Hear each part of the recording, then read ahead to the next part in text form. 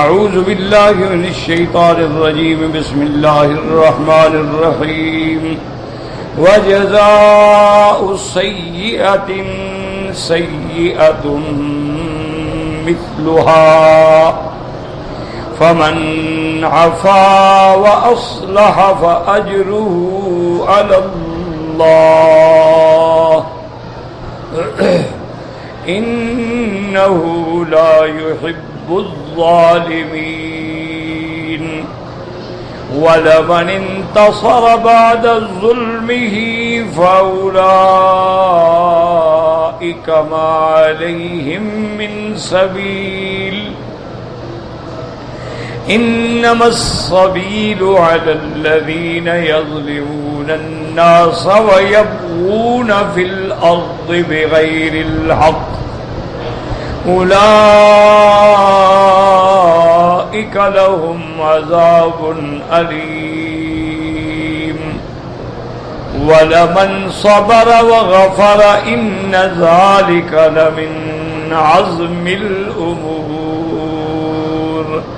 قال المؤلف والمفسر رحمه الله تعالى أدام النفع بعلومه وعلومكم في الدارين آمين إلى أن قال قوله تبارك وتعالى وجزاء سيئة سيئة مثلها كقوله تعالى فمن اعتدى عليكم فاعتدوا عليه بمثل ما اعتدى عليكم وكقوله تبارك وتعالى وإن عاقبتم فعاقبوا بمثل ما عوقبتم به الآية. فالشرع العدل وهو القصاص والندب إلى الفضل وهو العفو قوله جل وعلا والجروح قصاص فمن تصدق به فهو كفارة الله. ولهذا قال ها هنا فمن عفا وأصلح فأجره على الله أي لا يضيع ذلك عند الله كما صح ذلك في الحديث وما زاد الله تعالى عبدا بعفو إلا عزا. اب مفسر رحمۃ اللہ علیہ ان آیات کی تفسیر بیان فرماتے ہیں.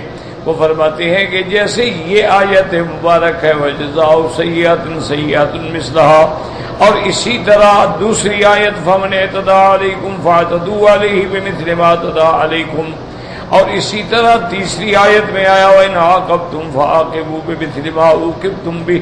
تو ان آیات سے اللہ تبارک و تعالی نے بدلہ لینے کی اجازت دی کہ قصاص آپ لے سکتے ہیں اگر آپ کو کوئی برائی پہنچائے، لیکن اتنا قصاص اتنا بدلہ جتنا تمہیں تکلیف پہنچائی گئی ہے، اور اس میں گناہ بھی نہ ہو. یہ یاد رکھیں، اگر اس نے خدا نہ خواستہ کوئی گناہ کا کام کیا ہے تو آپ یہ تو نہیں بدلہ لیں گے کہ آپ بھی گناہ کریں. لیکن اس کے ساتھ اللہ نے جہاں قصاص کی اجازت دی ہے وہاں اللہ نے معاف کر دینے کی بھی فضیلت بیان کی ہے کہ اگر بندہ اپنی تکلیف کا بدلہ نہ لے اور اللہ کے لیے معاف کر دے، یہ بہت بڑی سعادت ہے. جیسے اللہ فرماتے ہیں والجروح قصاص کے زخموں کا بدلہ ہے، لیکن فمن تصدق به، اگر کوئی معاف کر دے فهو کفارۃ له، پھر اس کے گناہوں کا کفارہ ہو جاتا ہے. اسی طرح جیسے یہاں فرمایا فمن عفا واصلح، جس بندے نے معاف کر دیا سلو کر لی فاجرہ علی اللہ، پھر اس کا بدلہ جو ہے اس کو اللہ تبارک و تعالی عطا فرماتے ہیں. جیسے کہ صحیح حدیث میں میرے آقا رحمت دو عالم نے فرمایا وما زاد اللہ تعالی عبدا بعفو الا عزا، جو بندہ کسی کو معاف کر دیتا ہے اللہ اس کی عزت اور بڑھا دیتے ہیں. یہ معنی نہیں ہوتا ہے کہ وہ معاف کرنے میں کوئی بے عزتی ہو جائے گی، نہیں، اور اللہ اس کو عزت عطا فرمائے. لیکن ایک بات یاد رکھیں کہ بدلہ لینا شریعت میں جائز ہے. ایک بات یاد رکھیں، معاف کر دو سب سے بڑی بات ہے، وہ افضل ہے اور اعلیٰ. دوسری بات یہ ہے علماء نے فرمایا کہ ان ساری آیات میں سے کہ ایک جگہ ہوتی ہے کہ ایک بندے نے زیادتی کی لیکن وہ غلطی پہ شرمندہ، ایسے بندے کو معاف کر دینا بے. انسان ہے، غلطی ہو گئی لیکن وہ کہتا ہے جی میری غلطی ہے میں معافی چاہتا ہوں، تو یہاں معاف کرنا افضل. لیکن ایک بندہ ہے وہ فاسق ہے، فاجر ہے، ڈاکو ہے، قاتل ہے، وہ اور بڑھنے کا اندیشہ ہے کہ اگر ہم اسے بدلہ نہیں لیں گے تو اور اکڑ جائے گا، تو اس سے بدلہ لینا جائے گا۔ ایسے آدمی کو سزا دی جا سکتی ہے، تاکہ وہ، اس لیے ایک حدیث میں میرے آقا نے رحمت دو عالم نے بڑی عجیب بات فرمایا، وانصر اخاک ظالما او مظلوما، حضور نے فرمایا تم اپنے بھائی کی مدد کرو چاہے وہ ظالم ہو یا مظلوم ہو۔ صحابہ حیران ہو گئے کہ ظالم کی کیسے مدد کرے، ظالم کی مدد کرنا تو جائز ہی نہیں، لیکن حضور فرما رہے ہیں کہ تیرا بھائی ہے، دوست ہے، ساتھی ہے، وہ ظالم ہے مدد کرو اس کی، اور مظلوم ہے مدد کرو۔ تو صحابہ نے کہا حضور مظلوم کی مدد تو ٹھیک ہے لیکن ظالم کی مدد کیسے کریں؟ آپ نے فرمایا ظالم کی مدد یہ ہے کہ اس کو ظلم سے روک دو، اس کے ہاتھ پکڑ لو اور اس کو ظلم کرنے سے روک دو۔ یہ بھی تم اس کی مدد کر رہے ہیں کہ اگر وہ ظلم کرنا چاہتا ہے، وہ قتل کرنا چاہتا ہے، وہ لیکن تم نے روک دیا ہے تو اس کو بھی بچا لیا اور خود بھی احسان کیا۔ تو اس لیے فرمایا کہ ہر حال میں، تو اس لیے اب مسئلہ سمجھ لیں کہ بدلہ لینا شریعت میں جائز، لیکن بدلہ اتنا لیں گے جتنا بدلہ لینے کا تمہیں حق ہے، یعنی بالکل عدل، برابر سرابر۔ دوسری بات یہ ہے کہ معاف کر دینا جو ہے یہ سب سے بڑی فضیلت ہے۔ معاف کرنا کوئی آسان کام نہیں ہوتا کہ آدمی کسی ظالم کے ظلم کو معاف کر دے، بڑا بڑی بہادری والی بات۔ اور اسی طرح جیسے کہ مثلا ایک حدیث مبارک میں ہے، اس کو آپ سمجھیں کہ جب اللہ نے اس زمین کو پیدا کیا تو یہ زمین جو تھی نا یہ حرکت کر رہی تھی ایسے،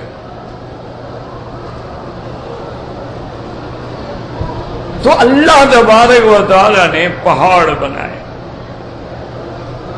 اور پہاڑوں کو زمین کے اوپر رکھ دیا، گویا وہ میخیں ہو گئی زمین کی۔ اب جو زمین ہے وہ جم گئی۔ دیکھو نا کوئی کاغذ یہ اڑ رہا ہوتا ہے، آپ نے یہ رکھ دیا تو اب وہ اڑنے سے بند ہو گیا۔ تو زمین جو تھی نا وہ مضطرب تھی، لیکن اللہ تبارک و تعالیٰ نے اس پہ پہاڑ رکھ دیے، جیسے قرآن پاک فرماتا ہے والجبال اوتادا، ہم نے پہاڑوں کو گویا میخیں بنا دی۔ اور کسی جگہ فرمایا وَأَلْقَىٰ فِي الْأَرْضِ رَوَاسِيَ أَن تَمِيدَ بِكُمْ، ہم نے زمین پر پہاڑوں کا بوجھ رکھ دیا تاکہ وہ حرکت نہ کرے۔ اب جب پہاڑ پیدا ہوئے تو ملائکہ نے پہلی دفعہ دیکھا، وہ تو نہیں جانتے تھے نا پہاڑ کے بلا ہوتی ہے، تو جب دیکھا کہ اتنا پہاڑ ہیں اور سخت ہیں اور ٹھوس پتھر ہیں اور مختلف رنگ ہیں، وَمِنَ الْجِبَالِ جُدَدٌ بِيضٌ وَحُمُرٌ مُخْتَلِفًا أَلْوَانُهَا وغیرہ بھی سود کے پہاڑ جو ہیں سفید بھی ہیں، سرخ بھی ہیں، سیاہ بھی ہیں۔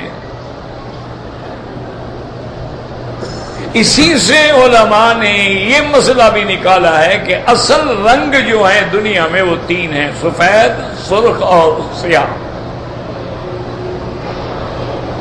باقی رنگ جو ہیں وہ ان کے ملانے سے بنتے ہیں کہ سفید کو سیاہ میں ملا دیا، سیاہ کو سرخ میں ملا دیا، سرخ کو اس میں ملا دیا تو اور رنگ بنتے گئے۔ اصل رنگ جو ہیں وہ تین ہیں۔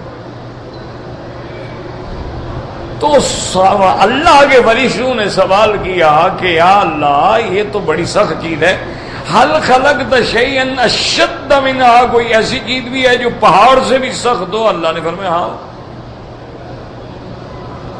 میں نے کہا یا اللہ وہ کیا چیز ہے؟ فرمایا الحدید، لوہا،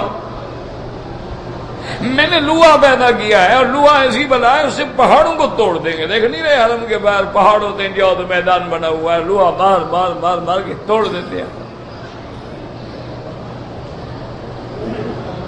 جب انہوں نے لوہا دیکھا انہوں نے کہا یا اللہ یہ بھی بڑی سخت چیز ہے، حل خلقتا شیئا اشد منہا، کوئی چیز آپ نے ایسی بھی بنائی ہے جو لوہے سے بھی سخت ہو؟ اللہ نے فرمایا ہاں بالکل. یا اللہ وہ کیا چیز ہے؟ فرمایا النار، آگ ہے کہ اس لوہے کو آگ میں ڈالو تو پانی بن جائے. لوہا پگھل جاتا ہے.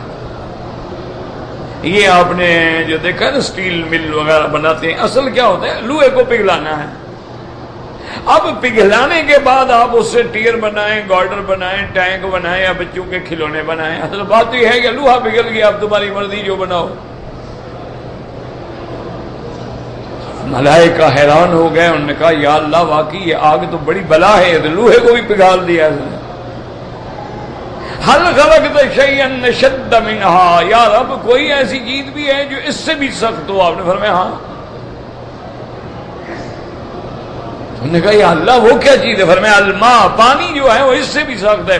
پانی آگ پہ ڈالو آگ ختم. اب پانی ڈال کے تجربہ کیا، آگ بجھ گئی. انہوں نے کہا یا اللہ واقعی یہ پانی تو اس سے بھی سخت نکلا. انہوں نے کہا یا اللہ حل خلقت شیئا اشد منہا، کو پانی سے بھی سخت چیز ہے؟ اللہ نے فرمایا ہاں بالکل ہے. انہوں نے کہا یا اللہ وہ کیا چیز؟ فرمایا وہی ہوا، جب ہوا چلے گی پانی خشک ہو جائے گا. اڑ گیا پانی. دیکھتے نہیں ہیں کہ بادلوں کے بادل آتے ہیں، ہوا کھینچ کے لے جاتی ہے. زمین پہ پانی پانی ہو جاتا ہے، ہوا چلی سب ختم ہو گیا.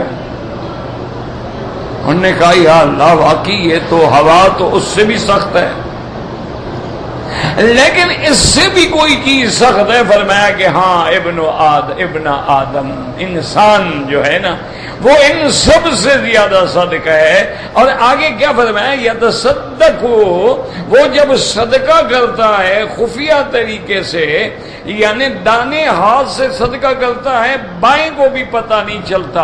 یہ جو ہے نا میرا بندہ یہ سب سے زیادہ سخت ہے.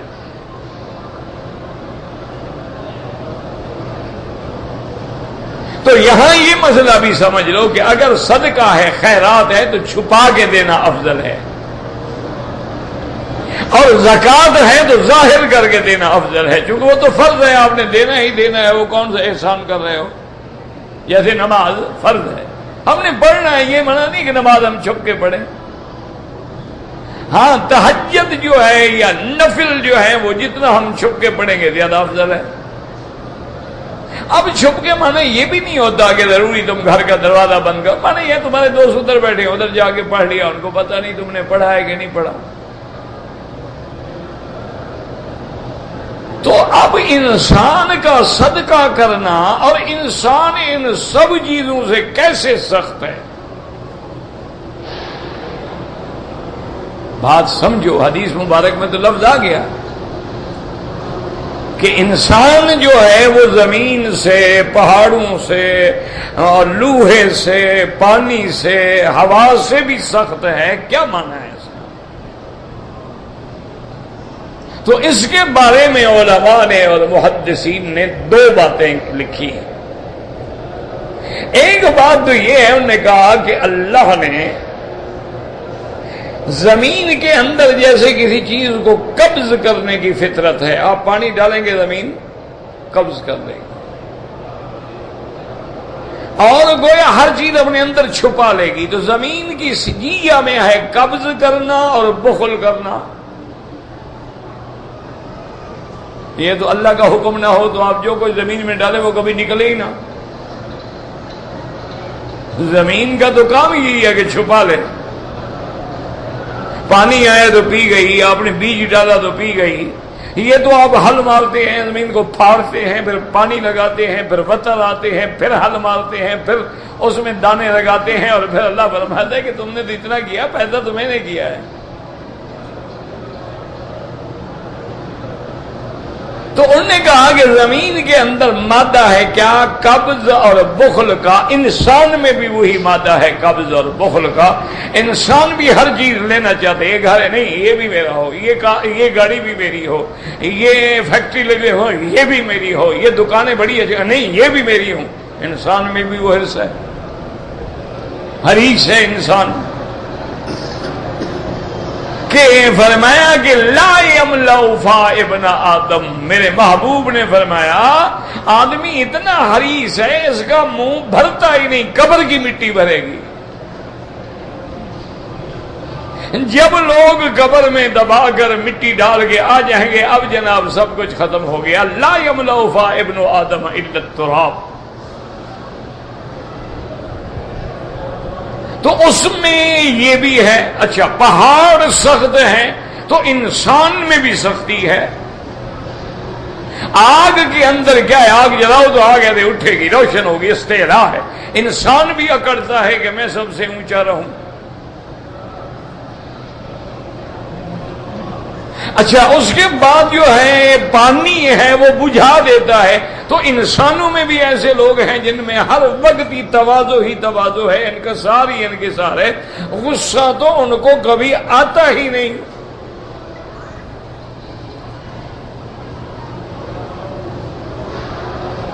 بڑے بڑے علماء ہم نے دیکھے ہیں ماشاءاللہ پڑھاتے، لیکن کبھی غصہ ہی نہیں آیا.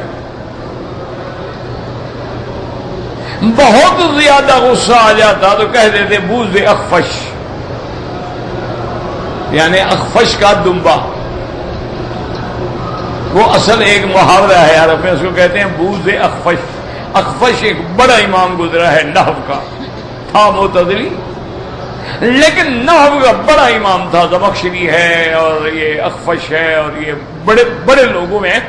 اور پھر یہ قرآن کو بھی بڑا سمجھنے والا تھا، اللہ کا بندہ تھا، معتزلی. اچھا وہ کیا کرتا تھا زمانے میں ابتدا میں جب طالب العلم تھا نا، پڑھتا تھا، تو جب وہ اپنے سبق یاد کرتا تھا نا، اس نے ایک دمبا پالا ہوا تھا. اس دمبے کو جا کے سامنے اپنے درخت کے ساتھ باندھ دیتا. اس کو کہتا سنو میں تمہیں سبق سناتا ہوں. اب اس کو وہ سبق سنانا شروع کر دیتا. اب دمبا ہے وہ باندھا کرتا، پھر اس کو مارتا، پھر سبق سنو، چپ کر کے کھڑے رہو. تو وہ استاد بھی کہتے تھے کہ اب تم بھی وہی بوز اخفش ہو، تمہیں بھی تو سنانے کا وہی فائدہ ہوگا نا جو اس کو سنانے کا فائدہ ہوتا. دمبے کو کیا فائدہ ہوگا آپ سناتے رہیں. تو انہیں غصہ ہی نہیں آتا. تو اس میں وہ پانی والی صفتیں بھی موجود ہیں. اور ہوا ہے، ہوا دیکھیں جب چلے گی. اب آپ یہاں ایک گلاب کا عطر رکھ دیں، ہوا آ جائے، جہاں کی ہوا ہوگی پھول ہوا لے جائے گی. تو انسان جو ہے اگر اس کے اعمال صالح ہیں اس کی تو ہوا دنیا میں پہنچتی ہے نا. فلاں عالم، فلاں عابد، فلاں زاہد، فلاں مجاہد، فلاں شہید. تو اس لیے علماء نے فرمایا ہے کہ وہ جو اللہ نے چیزیں پیدا کی ہیں تو انسان میں تو وہ ساری ہیں. تو گویا انسان سب سے سخت ہوا. پھر ہوا ہے تو انسان تو ہواؤں پر بھی سواری کرتا ہے، پانی پر بھی سواری کرتا ہے، پہاڑوں پر بھی چڑھ جاتا ہے. تو انسان تو سب سے سخت ہوا. زمین میں بھی ہل چلا کے پھاڑ دیتا ہے، پہاڑوں کو توڑ ڈالتا ہے، گھر بنا دیتا ہے. ہواؤں میں ہوائی جہازوں میں اڑتا ہے اور بڑے بڑے غبارے لے کے غباروں کے ذریعے اوپر اڑتا ہے. تو اس لیے مانا یہ ہے کہ انسان گویا ان سب سے سخت ہے. لیکن یہ بات کوئی دل کو لگنے والی نہیں. مولویوں نے کہی تو ہے لیکن یہ تقریر کوئی دل کو نہیں لگتی. اس لیے کہ یا تو اللہ فرماتے ہیں نبی کی پاک کی حدیث میں کہ ابن آدم بس، لیکن فرمایا نہیں، ابن آدم جب صدقہ کرتا ہے خفیہ تو پھر صدقے کرنے کی مثال دینے کی کیا ضرورت تھی. اگر ابن آدم میں یہ سختی ہے تو ساتھ تو ذکر آیا صدقے کا. تو اس لیے علماء نے، محدثین کرام نے، فقہاء نے، اللہ ان کی قبروں پہ کروڑوں رحمتیں کریں، جنہوں نے ہمارے لیے قرآن اور حدیث کو سمجھنا آسان کر دیا ہے. ورنہ ہم تو ساری زندگی ٹھوکریں کھاتے رہتے. ہمیں تو شیر اور شیر میں بھی فرق نہ آتا. تو انہوں نے کہا بات سمجھے نہیں. مانا یہ ہے کہ جب بندہ خفیہ طور پہ چپ کر کے چھپا کے غریب کو صدقہ دیتا ہے جو اللہ کے سوا کوئی نہیں جان رہا، تو الصدقہ تو تطفئ غضب الرب، صدقہ جو ہے وہ اللہ کے غضب کو بجھا دیتا ہے. تو اللہ کا غضب جو ہے وہ ان سب چیزوں سے سخت ہے، وہ پہاڑوں سے بھی سخت ہے، وہ ہواؤں سے بھی سخت ہے، وہ لوہے سے بھی سخت ہے۔ جہاں اللہ کا غضب آ گیا پھر کیا چیز بچ سکتی ہے؟ پھر پہاڑ بھی ملیا میٹ ہو جاتے ہیں۔ تو اب بات سمجھ آئی کہ بھئی ابن آدم یتصدق بصدقۃ خفیۃ، کیا مانا کہ جب وہ صدقہ کرتا ہے اس کا صدقہ جو ہے تطفئ غضب الرب، اللہ کے غضب کو بجھا دیتا ہے۔ اس لیے ہمیشہ صدقہ کیا کرو، خیرات کیا کرو۔ یہ ضروری نہیں ہوتا کہ لاکھوں روپے، تمہیں 1 روپے کی طاقت ہے 1 روپیہ کرو، تمہیں 1 آنے کی طاقت ہے 1 آنا کرو، تمہیں وہ بھی طاقت ہے کسی کو پانی پلا دو، کسی کو افطار کرا دو، کسی بوڑھے بندے کو پکڑ کے کھڑا کر دو، کسی اندھے کو راستہ عبور کرا دو، یہ بھی صدقہ، یہ بھی خیرات۔ تو اب اللہ نے فرمایا کہ من تصدق، جو صدقہ کرے معاف کر دے، فہو کفارۃ اللہ، وہ اس کے لیے کفارہ بن جاتا ہے، اس کے گناہوں کو مٹا دیتا ہے۔ تو اس لیے ہمیشہ یاد رکھیں کہ مسئلہ ہمیں کیا سمجھ آیا، قصاص لینا جائز ہے، بدلہ لینا جائز ہے، لیکن اتنا جتنا اس نے آپ کو تکلیف دی ہے، اور وہ لینا بھی وہ جائز ہے جو گناہ کا کام نہ ہو۔ اگر گناہ کا کام ہے تو پھر قاضی اس پہ حد جاری کرے گا۔ جیسے میں نے کل بتلایا تھا کہ کوئی آدمی تمہیں شراب پلا دے زبردستی، تو اب یہ معنی نہیں کہ بدلہ لینے کے لیے تم بھی شراب پلاؤ اس کو، معنی یہ ہے کہ چونکہ شراب پلانا گناہ ہے لہذا وہ بدلہ ہم نہیں لیں گے، وہ پھر ہم قاضی کو کہیں گے، حاکم کو کہیں گے، وہ اس پہ شراب کی حد جاری کرے گا، اور جو اس نے برائی کی ہے اس کی حد جاری کرے گا۔ تو اگر تم معاف کر سکتے ہو تو معاف کر دینا سب سے افضل ہے۔ اور دوسری بات یہ ہے کہ اگر بندہ نادم ہے اس کو معاف کر دینا افضل ہے، اگر بندہ نادم نہیں ظالم ہے تو اس سے بدلہ لینا افضل ہے۔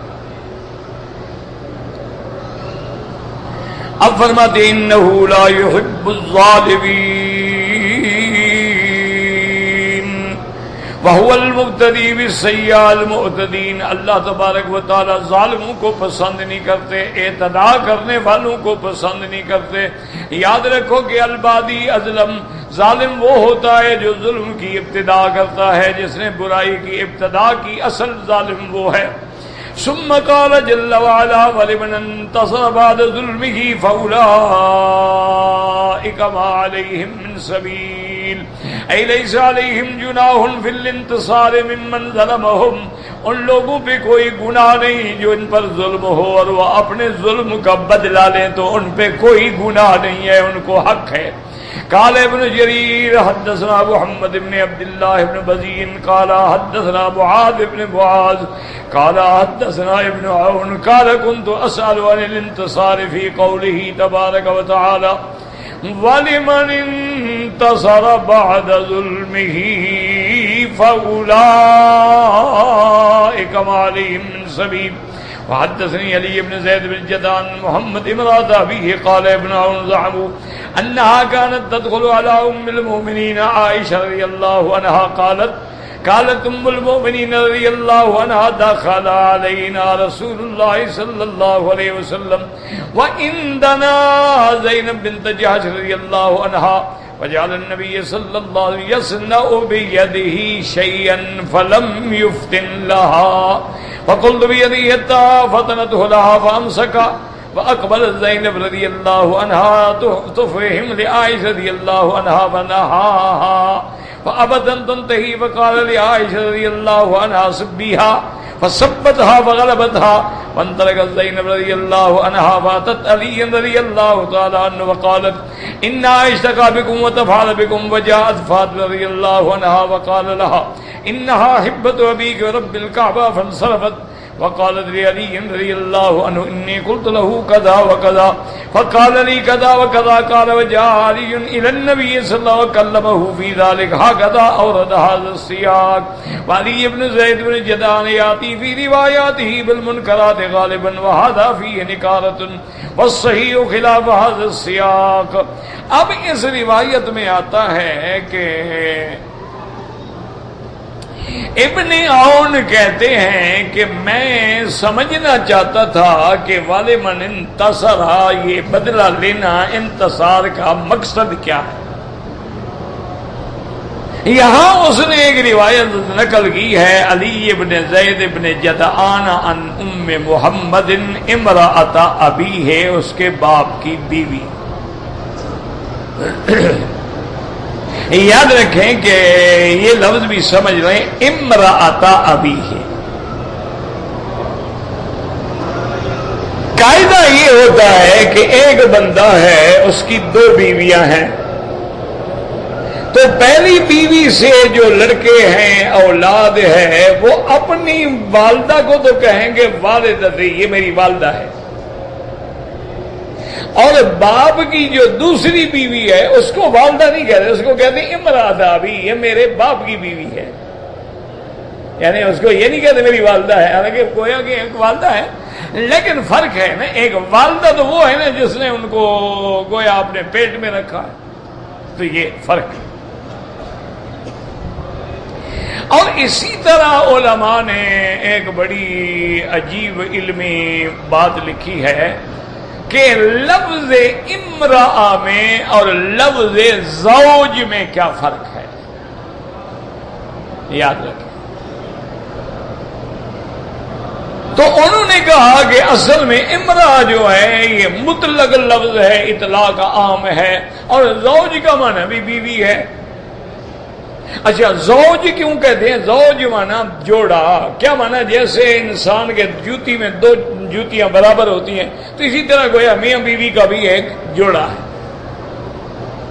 اچھا، لفظ زوج خامد پہ بھی آتا ہے، بیوی پہ بھی آتا ہے، یاد رکھو، یعنی خامد کو بھی کہتے ہیں زوج اور بیوی کو بھی کہتے ہیں زوج۔ لیکن علماء نے فرمایا کہ لفظ زوج جو ہے وہ زیادہ عظمت اور شان والا لفظ ہے۔ بات کو سمجھیں ذرا، بات ہے تو مشکل، تھوڑی سی کوشش کرو تو سمجھ آ جائے گی، اور اگر کوشش ہی نہ ہو، ارادہ ہی نہ ہو، تو پھر تو کوئی چیز ہی سمجھ نہیں آ سکتی۔ کوشش ہو، توجہ ہو تو بات سمجھ آ جاتی۔ اب دیکھیں قرآن پاک میں ضرب اللہ مثلا للذین کفروا امرأۃ نوح وامرأۃ لوط، اللہ نے نوح کی بیوی کو امرأہ، لوط کی بیوی کو امرأہ۔ ضرب اللہ مثل الذین آمنوا امرأۃ فرعون، فرعون کی بیوی کو بھی فرمایا امرأہ۔ اذ قالت امرأۃ عمران رب انی نذرت لک ما فی بطنی محررا، یہاں بھی امرأۃ عمران۔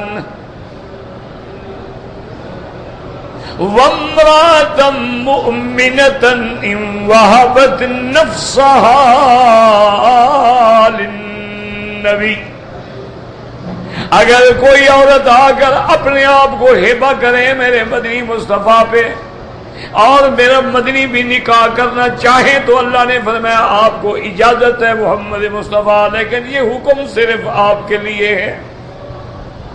یاد رکھیں لفظ کیا آیا ہے؟ امرأہ، امرأہ، امرأہ، امرأہ۔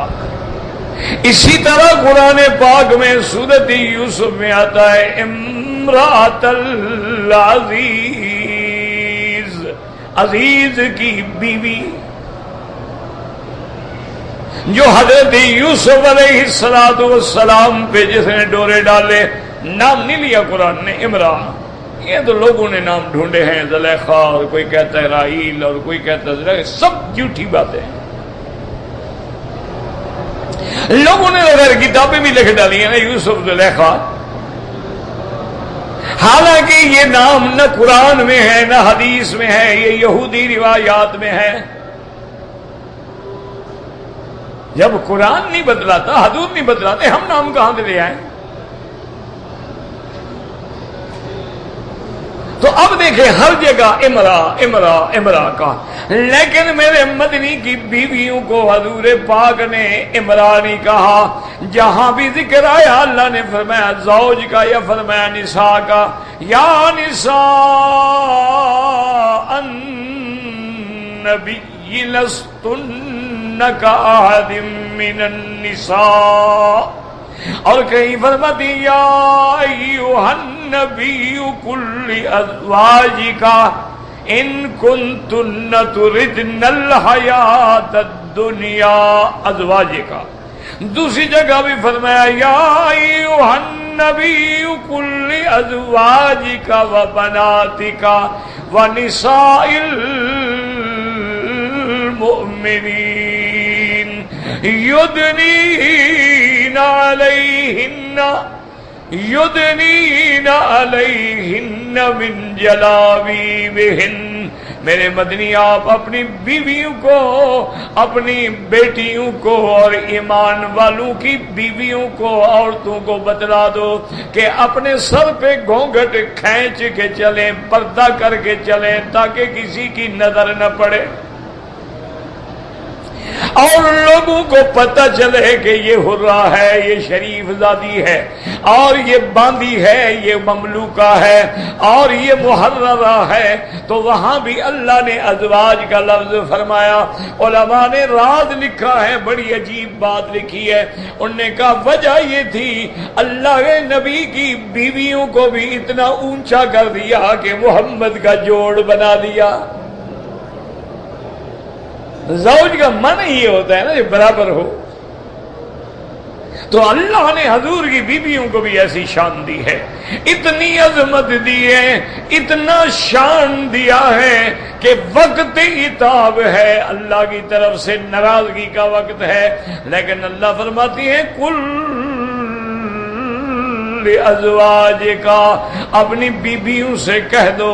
یاد رکھو یہ قصہ جو ہم پڑھ رہے ہیں اس میں لیکن صحیح روایت نہیں ہے، اس کے اندر بڑے منکرات ہیں کہ ابن عون کہتی ہیں کہ میں نے آیا بی بی عائشہ رضی اللہ تعالی عنہ کے گھر میں، اور بی بی کہتی ہیں کہ حضور تشریف لائے، وَإِنْدَنَا زَيْنَبَ بِنْتَ جَحْشٍ رضی اللہ تعالی عنہ، بی بی زینب بھی تھی۔ حضور یصنع بیدی شیئا فلم یفتن لہا، حضور اپنے ہاتھ سے کچھ کر رہے تھے لیکن خیال نہیں آیا آپ کو بی بی زینب کا۔ فرماتی ہے میں نے اپنے ہاتھ سے کہا، اشارہ کیا کہ حضور بی بی بیٹھی ہے، پھر حضور نے اپنا ہاتھ اٹھا لیا۔ اب بی بی زینب کو غصہ آ گیا، اس نے بی بی عائشہ کی شان میں کچھ کہا، فنہاہا، اس کے بعد پھر منع کر دیا، پھر حضور نے منع کیا، فابت ان تنتہی، لیکن وہ بی بی چپ نہ ہوئی۔ حضور نے فرمایا عائشہ اچھا تم بھی بدلا لے سکتی ہو جیسے اس نے تمہیں کہا ہے۔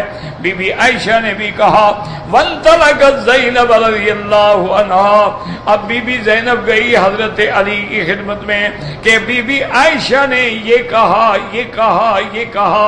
اب بی بی فاطمہ الزہرا رضی اللہ تعالی عنہ شکایت لے کے آئی بی بی عائشہ کی کہ بی بی عائشہ کے بارے میں صحابہ ناراض ہیں۔ حضور نے فرمایا انہا حبت ابیک ورب الکعبہ، آپ نے فرمایا بی بی فاطمہ وہ میری محبوبہ بی بی ہے، مجھے اللہ کی قسم ہے وہ مجھے محبوب ہے۔ اب بی بی فاطمہ بھی خاموش ہو گئیں۔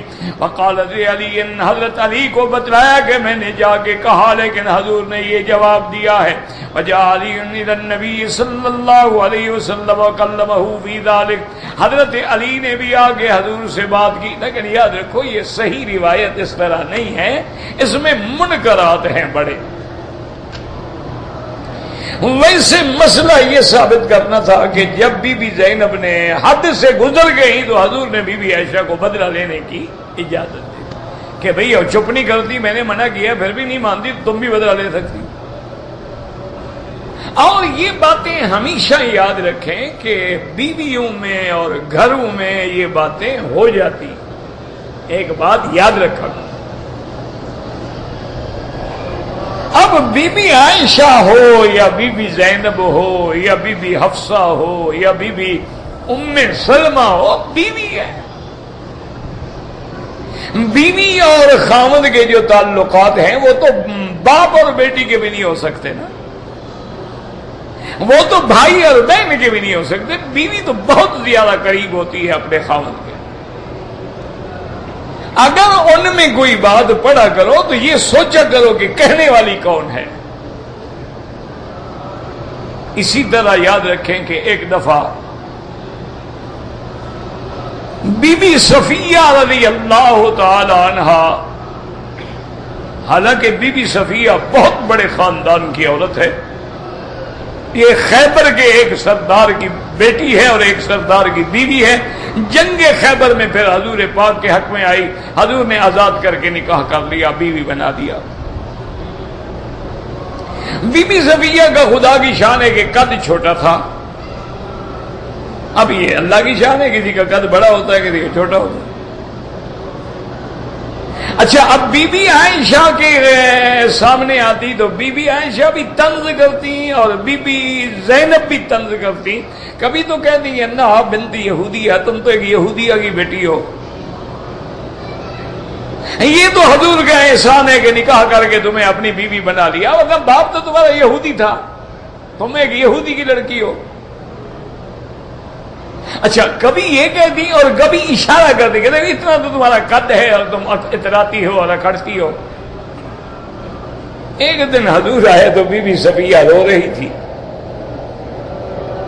حضور نے فرمایا ماذا تم کی، کہ کیا بات ہے، کیوں رو رہی ہو؟ اس نے کہا یا رسول اللہ میں تو تنگ آ گئی. بی بی عائشہ مجھے کہتی ہے یہودی کی بیٹی ہو، زینب کہتی ہے یہودی کی بیٹی ہو، اور تمہارا اتنا قد ہے اور یہ ہے اور وہ ہے، میں کیا کروں؟ اچھا، پھر گھر کے ساتھ ہی تو گھر ہیں، کوئی الگ محلات تو نہیں تھے نا کہ ہر آدمی اپنے محل میں رہے. وہ تو حجرے کے ساتھ حجرہ تھا، نہ بھی ملنا چاہو تو آمنا سامنا تو ہوگا نا. حضور پاک نے فرمایا صفیہ تمہیں بھی جواب دینا نہیں آیا نا؟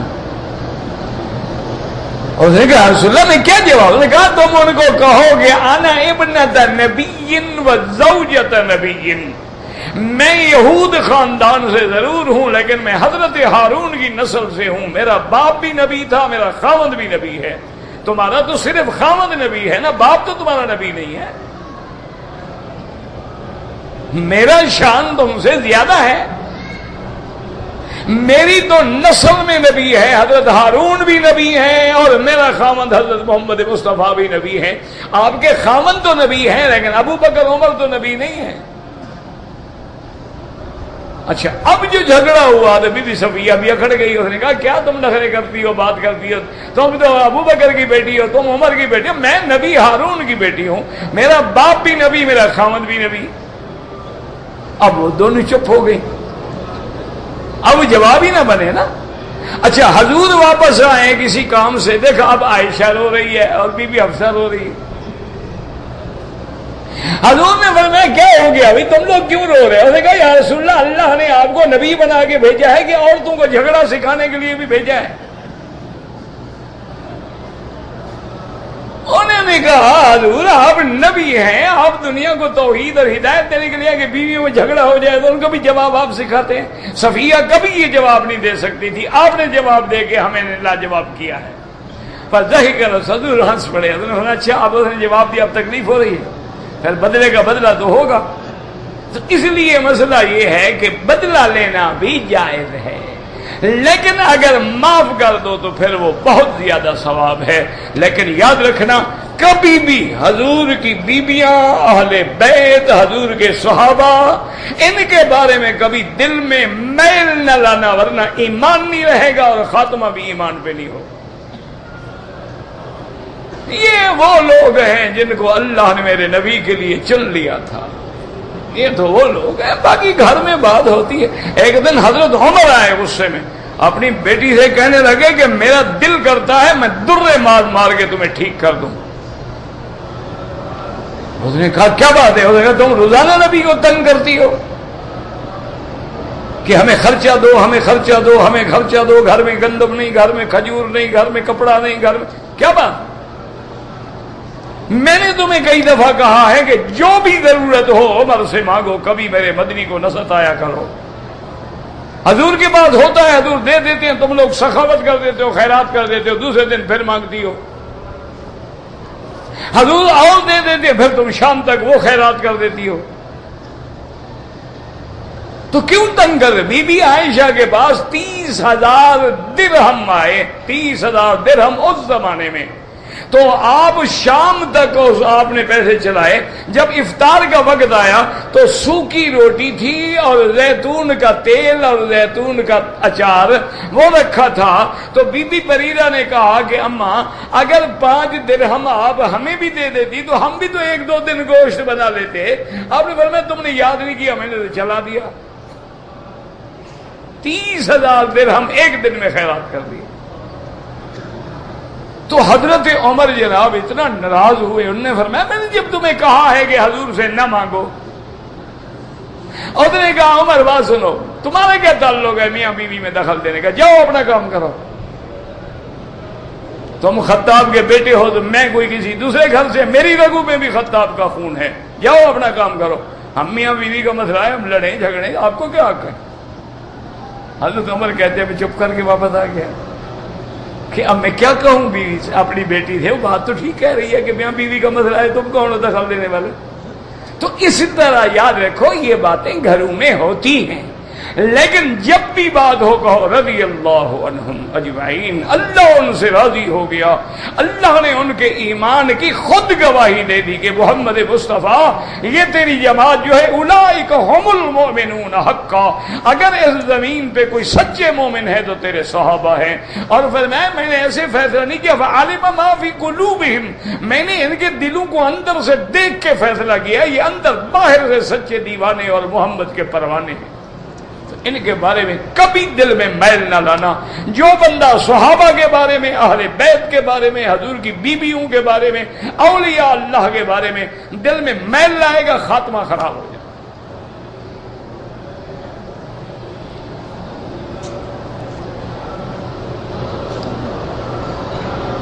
میں نے اور میری بیوی نے عمرہ کیا، بیوی کے بال میں نے خود کاٹ دیے. کوئی بات نہیں، خود کاٹو، کوئی اچھی بات یہ تھوڑا ہے کہ بیوی کو دکان پہ لے جاؤ گے.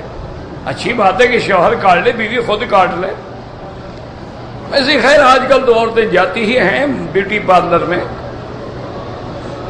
کہتے جی کہ اگر صفا مروہ دوڑتے ہوئے ہمیں دعائیں نہ آئیں، اللہ کے بندے یاد رکھو اللہ کا احسان دیکھو. تم نے کبھی غور نہیں کیا، طواف جو ہے چکروں کا نام ہے، صفا جو ہے دوڑنے کا نام ہے، پڑھنے کا تو نام ہی نہیں ہے. اگر ایک آدمی نے 7 چکر کیے اور ایک لفظ بھی نہیں پڑھا طواف ہو گیا. اگر ایک آدمی نے صفا مروہ دوڑا، 7 چکر دوڑے، ایک لفظ بھی نہیں پڑھا، صفا ہو گئی، کیونکہ وہ دوڑنے کا نام ہے، یہ پھرنے کا نام ہے، پڑھنے کا تو نام ہی نہیں ہے.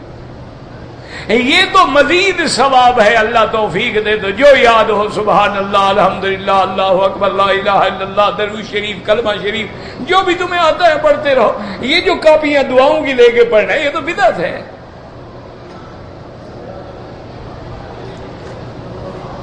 اگر کسی آدمی کی ریح خارج ہوتی ہے، بند نہیں ہوتی، تو ہر نماز کے لیے نیا وضو کرے. کیا معنی؟ مغرب کو جو وضو کرو گے عشاء تک طواف کرو، نمازیں پڑھو، نفل پڑھو، وہی وضو کافی ہے.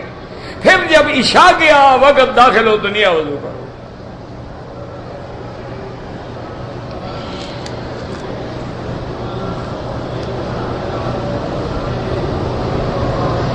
اگر ایک آدمی اعتکاف کی نیت کر کے حرم میں بیٹھ گیا لیکن وضو ٹوٹ گیا، وضو کے لیے بحث ہے، کوئی بات نہیں، اس سے تو اعتکاف نہیں ٹوٹتا. اب یہ معنی تھوڑا ہے کہ اعتکاف نیت کر لی تو بغیر وضو نمازیں پڑھتا رہے. یہ اچھی بات ہے بھائی.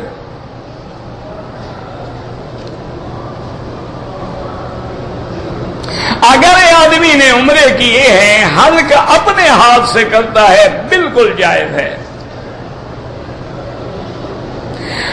رکن یمانی پہ موقع ملے تو دایاں ہاتھ لگانا بسم اللہ اللہ اکبر سنت ہے، نہ ملے تو پھر اشارے کی ضرورت نہیں ہے. ہم نے عمرے کے 7 چکر لگائے، عمرے کے تو نہیں ہوتے، طواف کے. صفا مروہ کی بھی صفا کے، لیکن نفل نہیں پڑھی. کون سی؟ طواف کی نہیں پڑھی تو بعد میں پڑھ لو، جب یاد آئے پڑھ لو. اگر آدمی کو قرآن صحیح پڑھنا نہیں آتا اور وہ ایسی غلطیاں کرتا ہے کہ اللہ کے قرآن کا ترجمہ بھی بدل جائے تو اس کے پیچھے نماز نہیں ہوتی. کہتے جی کہ جہاں حنابلہ کے مسلک میں نماز کے لیے سختی ہے، بہرحال گزارش یہ ہے حضرت یہاں بھی لاکھوں لوگ ہیں جو نہیں پڑھتے. یہ تو ایک موٹی بات رکھو نا جی کہ رب راضی ہوگا تو گھر میں آنے دے گا نا. باپ بھی ناراض ہو تو بیٹے کو آنے دیتا ہے. راضی ہوگا تو نماز پڑھنے دے گا. جب نماز نصیب نہ ہو سمجھو کہ آج رب ناراض ہو. ابو دجانہ نام رکھ سکتے ہیں کوئی مسئلہ نہیں، لیکن یہ تو کنیت ہے، نام تو نہیں ہے. ابو ہریرہ، ابو بکر، ابو دجانہ، یہ تو کنیت ہے، یہ نام نہیں ہوتا. کہتے جی کہ اسلامی ممالک کے علاوہ جو مرغیاں باہر سے ان کا بھائی کوئی اعتبار نہیں، جو باہر سے آتی ہیں کوئی یقین نہیں ہے کہ وہ نہ کھائیں. کہتے ہیں جی کہ بھائی یہ جو ہوتا ہے نا کہ مسلمان یا کافر بادشاہ آتے ہیں، یہ روایات ہیں، یہ دنیا کی روایات ہیں، اس کا دین سے کوئی ایسا مسئلہ نہیں ہوتا. اب اگر وہ کافر ہو کر قرآن کوڈ کر رہا ہے، وہ کافر ہو کر السلام علیکم کہہ رہا ہے، وہ تو تمہیں نظر نہیں آیا، وہ بھی تو کافر ہے لیکن کہتے ہیں السلام علیکم. کیوں؟ یعنی تمہارے اس تحیہ کو اس نے اتنی بڑی عظمت دی اور مانا کہ اس کے الفاظ اور اس کے معنی جو ہے وہ بڑے ٹھیک ہیں. تو یہ تو دنیاوی روایات ہیں، ایک دوسرے کا احترام کرنا ہوتا ہے. حضور کے بعد بھی کافر بادشاہ آتے تھے، یہ تو کوئی مسئلہ نہیں. ہم صرف اعتراض کرنا جانتے ہیں بس. میری والدہ کی نمازیں قضا ہو گئی تھی، مر گئی ہیں. حنفی حضرات کے نزدیک تو اس کا فدیہ ادا کرو، ہر نماز کا صدقہ فطر کے برابر. اگر اللہ نے پیسہ دیا ورنہ دعا کرو اللہ معاف کرے. احرام میں جوتے وہ پہن سکتے ہو جو ہڈی ظاہر ہو، جوتے چمڑے کا ہو چاہے ربڑ کا ہو، کسی چیز کا ہو. صفا مروہ میں دوڑنا بالکل ناجائز ہے. جہاں سبز بتی ہے وہاں بھی تیز تیز چلو، دوڑنا تو وہاں بھی منع ہے. صفا مروہ میں کندھے ڈھانک کے رکھے، وہ تو صرف طواف میں ننگا ہوتا ہے. سنتوں اور نفلوں میں قرات منہ میں چلاتے رہے. کیا منہ میں چلاتے رہے؟ لفظ ادا ہوں. جب لفظ ادا نہیں ہوگا ثواب کیا ملے گا؟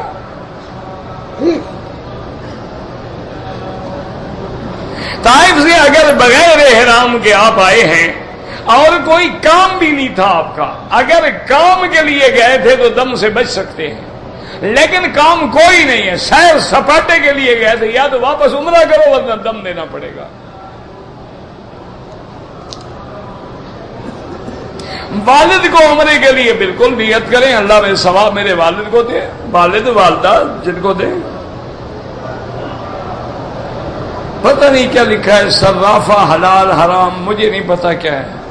اچھا، شغل صرافت حرام ام حلال؟ حلال. لماذا؟ لأنها النقد يتغير بالنقد نقدا ليس أنها هذا مؤقتا أو بوقت جائز، هو حلال. اگر ایک آدمی نے عمرے کا طواف کر لیا، صفا مروہ بھی دوڑ لی، لیکن وقت مکروہ تھا، 2 رکعت نماز طواف کی نہیں پڑھی، تو بعد میں پڑھ لو اللہ کے بندے، کوئی مسئلہ نہیں.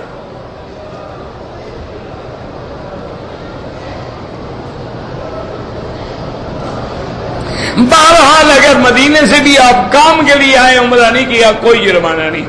اگر آپ کا عمرے کی نیت تھی اور نہیں کیا، فوراً عمرہ قضا کرو.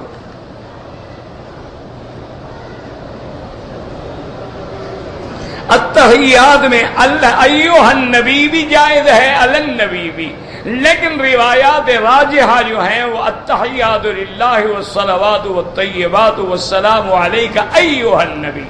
اور یہ ایھا النبی ہم کیوں پڑھتے ہیں؟ یہ معراج والی رات جو کلام ہے اللہ اور نبی کے درمیان میں، ہم اس کو نقل کر رہے ہیں، بطور نقل پڑھ رہے ہیں.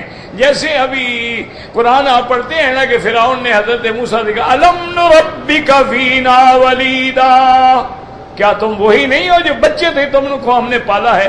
ہم جو پڑھ رہے ہیں، ہم موسیٰ علیہ السلام کو کہہ رہے ہیں کہ تم بچے تھے، ہم نے تمہیں پالا ہے. مانا ہم ان الفاظ کو نقل کر رہے ہیں.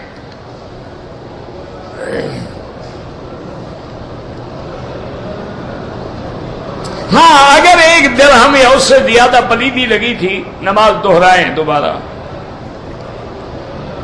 کون سا عمل بدعت ہے جو سنت کے خلاف ہو، جس کا ثبوت قرآن میں، سنت میں، اجماع امت میں نہ ملے، وہ بدعت. آنکھوں میں لینز لگوانا ٹھیک ہے، بالکل ٹھیک ہے، کوئی منع نہیں ہے، ویسے زینت کے لیے لگانا چاہتا ہے تب بھی ٹھیک ہے، کوئی مسئلہ نہیں، لیکن بہتر یہ ہے کہ نہ لگوایا کرو، ان کا انجام بھی درست نہیں ہے۔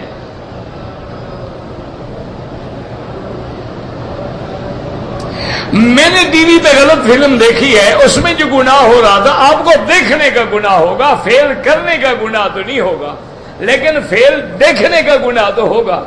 لیکن میں نے آج تک دنیا میں، اللہ ہدایت دے سب کو، یعنی ایک گناہ اور بے لذت، گناہ اور کرے یہ شریف دیکھ رہا ہے، توبہ کرو، اللہ سے معافی مانگو۔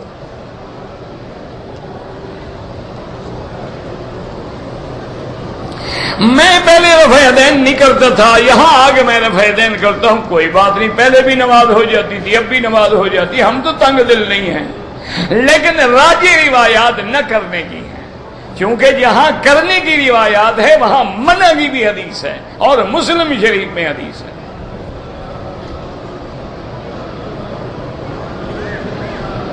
سبز لائٹ کے درمیان دوڑنا نہیں، تیز تیز چلو۔ اگر ایک آدمی احرام کی حالت میں انڈر ویئر پہنے، ایک بکری دم دینی ہوگی، میں نے جھوٹ بولا، توبہ کرو بس۔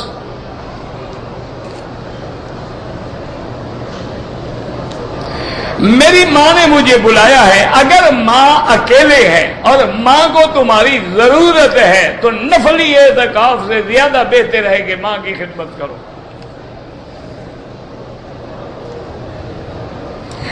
ظہر اور عصر کی نماز میں ثنا کے بعد کیا پڑھو؟ اکیلے ہو فاتحہ پڑھو، سورت پڑھو، امام کے پیچھے ہو تو حنفی خاموش رہے، چونکہ ان کے بعد حدیث ہے کہ امام کی قرات جو ہے وہ مقتدی کی قرات ہے۔ اور یار یہ مسئلہ تو چھوٹا بچہ بھی جانتا ہے۔ اب دیکھو نا، مثلا امام غلطی کرے تو سجدہ سہو کرے گا کہ نہیں کرے گا؟ ہم مقتدی بھی کریں گے یا نہیں کریں گے؟ ہم نے تو غلطی نہیں کی، ہم کیوں کریں؟ تو مانا اس کی غلطی ہماری، تو اس کی غلطی ہماری غلطی بن جاتی ہے، پڑھنا ہمارا پڑھنا نہیں بنتا۔ اچھی بات ہے بھائی۔ اچھا، اگر امام ظہر کی نماز میں کوئی ایسی سورت پڑھ لے جس میں سجدہ تلاوت ہو تو امام سجدہ کرے گا کہ نہیں کرے گا؟ کرے گا۔ ہم بھی کریں گے کہ نہیں؟ کہ کھڑے رہیں گے اکڑ کے؟ ہم بھی کریں گے، حالانکہ ہم نے نہ پڑھا ہے نہ سنا ہے، تو ہم کیوں کریں؟ تو ماننا اس کا پڑھنا جو ہے وہ ہمارا پڑھنا ہے۔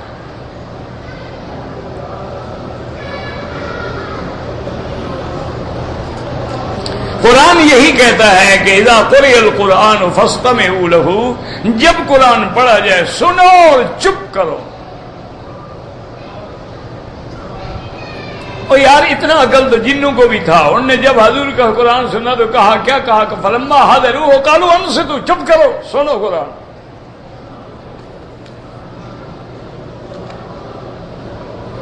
ایک عورت کا خامند گم ہو گیا ہے، وہ کیا کرے؟ کورٹ میں درخواست دے، کورٹ اعلان کرے گی اخباروں میں، پورے اعلان کے بعد قاضی فیصلہ کرے گا، اس کو دوسرے نکاح کرنے کی اجازت دے گا۔ یہ نہیں ہے کہ کسی کے خامند کو گم کر دو اور تم خود اپنا نکاح بنا لو۔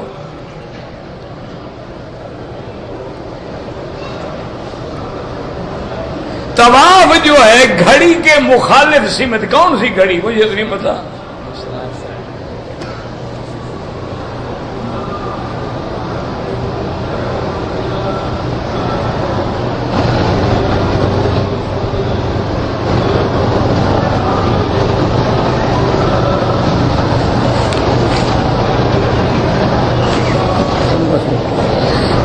مجھے نہیں پتا طواف گھڑی کے مخالف، کون سی گھڑی کے مخالف؟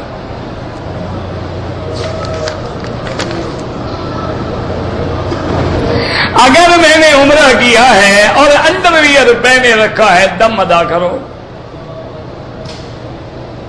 اگر حج میں مزدلفہ میں جب ہم رات کو لیٹے، آدمی کو احترام ہو جائے، کوئی جرمانہ نہیں، اس کے ہاتھ میں تھوڑا ہے، وہ تو مجبور ہے، وہ نیند میں ہے، غسل کر لے بس۔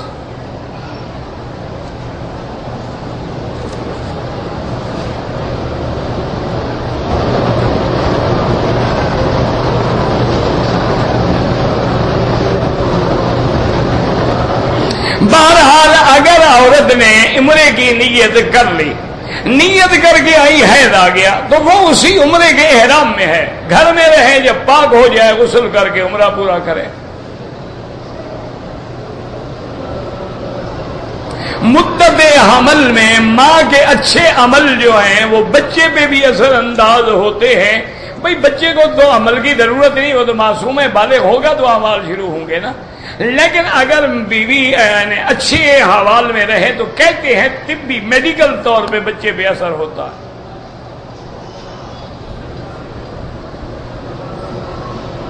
صفا مروہ کے چکر لگائے بغیر احرام کھول دیا، دم واجب ہے، ایک بکری لے کے ذبح کریں اور مکے کے غریبوں کو کھلائیں۔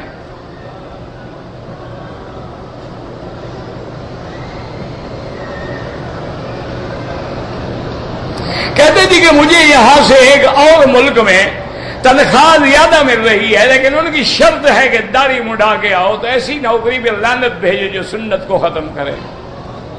اللہ قادر ہے، یہاں تو میں زیادہ نہیں دے سکتا۔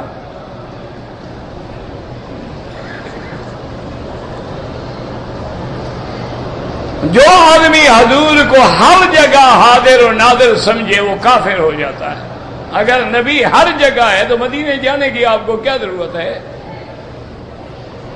وہ تو ہر جگہ موجود ہیں، بس مرضی جہاں مرضی آئے ان کو بلا لیا، صلاۃ والسلام پڑھ لیا، السلام علیکم، پھر کیا مدینہ شریف جانا ہے؟ اور حضور ہر جگہ ہے تو پھر معراج کس کو ہوا؟ حضور ہر جگہ ہے تو ہجرت کا کیا معنی؟ ہجرت کا تو معنی یہی ہے کہ ایک جگہ کو چھوڑ کے دوسری جگہ جانا۔ اگر بنیان پہنے رہا، 2 گھنٹے کے بعد یاد آیا تو نکال دیا، 5-4 ریال خیرات کر دو۔ میری بیوی کے بھائی جو ہیں میری بیوی سے لڑتے ہیں، اللہ ہدایت دے، دعا کرو۔ مسجد عائشہ سے عمرہ جائز ہے، بالکل جائز ہے۔ ربنا تقبل منا انک انت السمیع العلیم۔ یا اللہ عالم اسلام کی عزت و غلبے کا فیصلہ فرما، یا اللہ کفار کی ذلت کا فیصلہ فرما، یا الہ العالمین بیماروں کو شفا عطا فرما فرما فرما فرما فرما فرما فرما فرما فرما فرما فرما فرما